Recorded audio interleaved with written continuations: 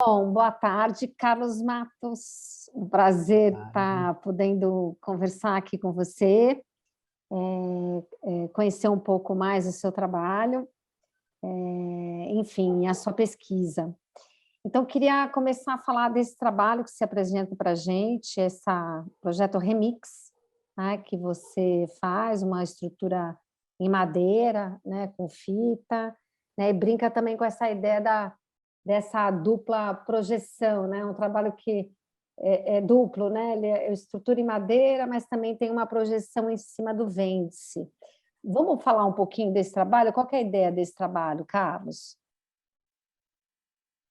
Então, ele é bem recente, né? Essa estrutura em madeira, como você colocou, e as letras também são forradas, são feitas em madeira, e é forrada com aquela tipo de fita que costumeiramente chamam de olho de gato, né?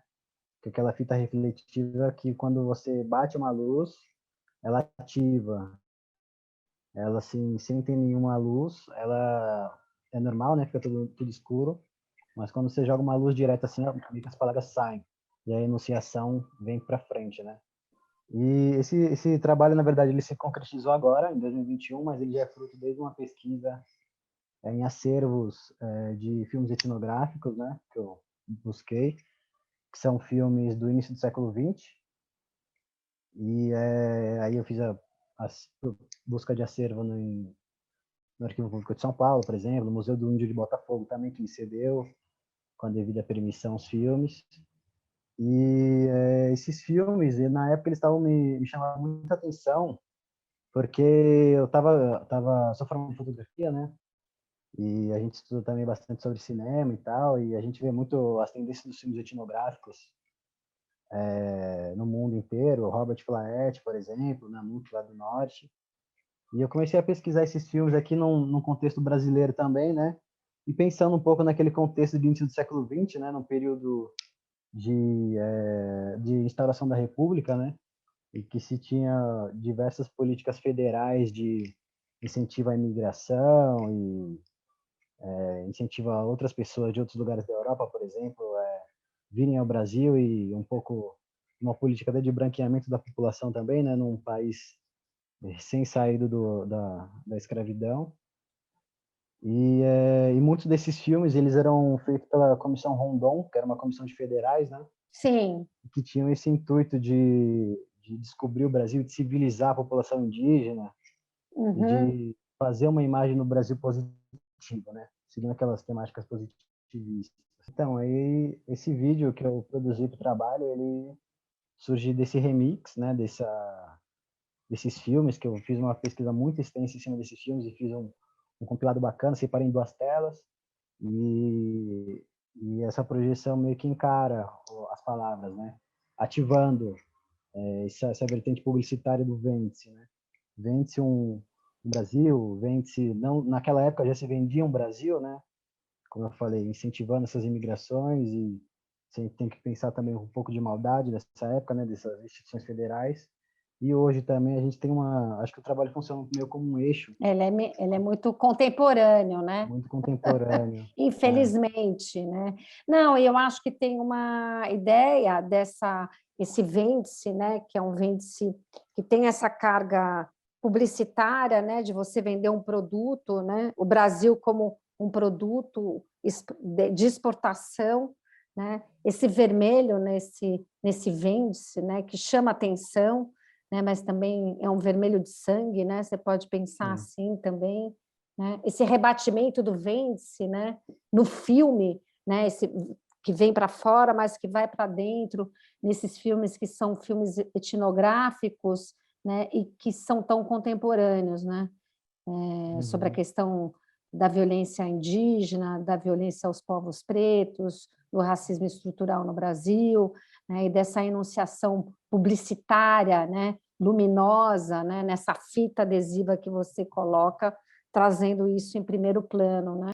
Agora, aqui é interessante, porque essa questão do neon, né, aqui não é exatamente um neon, mas poderia ser visto como um neon, né, ou essa ideia dessa escrita, né, publicitária, né, onde você retoma aqui nesse trabalho os mais conhecidos, né, que é esse trabalho aqui em neon, né, onde você lê a palavra Silva, né, esse sobrenome, né? Uhum. É um pouco da, né, ele vem antes, né? Ele é de 2020 e ele também é, na verdade, eu ando pesquisando, né? Você vê duas já semelhanças bem parecidas assim de cara entre os trabalhos, que é a palavra presente de novo, a Uhum. potência da palavra pensando e também a luminosidade, né? De se agregar luz a uma palavra, né? Pensando relações da palavra com a própria luz e consequentemente também com o espaço também, né? E eu acho que, apesar dessa semelhança, tem uma diferença muito grande entre esses dois, se a gente for pensar nessa matéria luminosa, né? O neon, como essa matéria luminosa que emana a luz, né? Que a luz sai e toma o espaço, assim. E a fita refletiva também trabalha com a luz, mas de uma outra maneira. Ela reflete, né? Ela precisa de um contato, meio, precisa de um contato para poder jogar para fora, né? Então, uma emana e a outra absorve e joga para fora. E nesse trabalho, fala um pouco para a gente por que a escolha desse sobrenome Silva. Então, o meu próprio nome já é Silva, né? Meu nome é Carlos Eduardo Silva Matos Batista. E me teve muito essa curiosidade desde sempre, né? Eu entrei em contato, teve uma época, com um livro que se chama Genealogia dos Sobrenomes, do Hum. Carlos Eduardo Barata, se eu não me engano. Era. E aí ele falava sobre vários sobrenomes, e, enfim. E esse sobrenome que é tão meu mesmo e tão popular também, duvido que alguém não conheça alguém que tenha esse sobrenome também. E se você for fazer pesquisa na internet, você vai ver também que é o nome mais comum aqui no território brasileiro, que também, pensando em territorialidade, também é enorme, né? Questão de pessoas. Sim. E eu comecei a investigar mesmo. Acho que as coisas surgem muito dessa maneira, né? Dessa de investidas ao passado para de alguma forma tentar tornar o presente um pouco mais visível, né? Visível literalmente, né? E eu comecei a investigar as origens desse sobrenome, enfim, não fazia ideia que é um sobrenome da Península Ibérica, né? Nascido lá na Península Ibérica, e depois com o fim da Península Ibérica, com a separação de Portugal e Espanha, se tornou muito popular por lá. E com a colonização portuguesa, vários habitantes de Portugal tinham esse sobrenome. E com a colonização portuguesa aqui no Brasil, vários desses Silvas vieram para cá e tinham a prática de, como identificação, né, dos escravizados que eram comprados, de se dar um sobrenome, como aquele é um escravizado daquele sobrenome, enfim. Então, eles eram, eram batizados, esses escravizados quando chegavam, e eram também renomeados como um produto mesmo, né? Uhum. Conforme o tempo foi passando, esses escravizados foram tomando a liberdade, muitos deles já nasciam, na verdade, naquela situação de escravizado, né? Esse sobrenome foi passando de geração em geração e foi tomando forma e chegou o que a gente tem hoje, né? Que acho que disparado é o sobrenome mais massivo aqui do Brasil. E esse São Paulo, esse daqui já é um trabalho em vídeo, né? Também é interessante como você vai transitando, né? Entre linguagens diversas, né, Carlos? Então você tem esse trabalho, né? Que é um trabalho de vídeo, né? Mas é um remix, né? Sim. É um trabalho mais escultórico, mas que você trabalha com a questão do cinema, né? Com a questão da imagem em movimento, aqui com a questão dessa escultura de luz, diríamos assim, sempre problematizando essas questões mais políticas, né? E aqui você traz um trabalho de vídeo, né? São Paulo não pode parar. Conta um pouco aqui para a gente desse Então, também projeto. da própria pandemia também, né, Priscila, desculpa. Sim.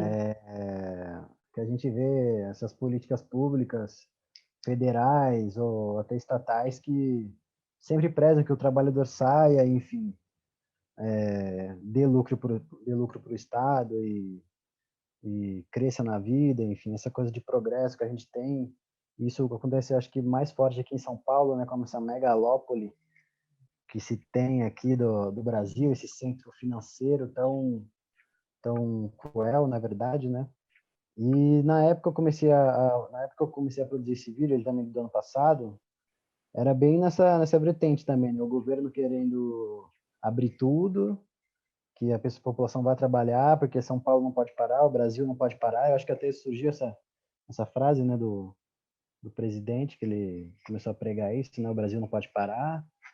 Aí eu comecei a pesquisar também, sabia que isso já estava alguma hora assim na minha cabeça, já tinha ouvido isso e sentia muito isso, né? Acho que a gente de São Paulo, não sei se você é de São Paulo também, Priscila, mas Sou. acho que a gente sente muito essa coisa do progresso, de não pode ficar parado, essa ansiedade, sabe? É bem contemporâneo esse trabalho, né? Muito legal esse vídeo. Muito bom, muito forte, né? Eu acho que é essa questão que vai fazendo, vai costurando os seus trabalhos, né? Essa discussão, né? Não só contemporânea, né? Porque você vai tocando em coisas que são tão atuais, né? São Paulo não pode parar em plena pandemia e um monte de gente morrendo, né? E São Paulo não pode parar, mas fazendo essa alusão à própria história de São Paulo e à própria história do país, né?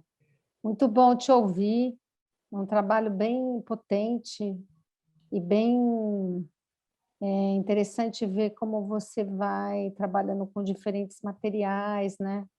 Também, né? Não só numa pesquisa formal do material, mas muito mais do que isso, né? Numa discussão conceitual que vai amarrando os seus trabalhos. Muito bom falar com você. Parabéns. Muito legal o Obrigado, trabalho. Priscila, Beatriz. Se cuidem por aí. Um beijo.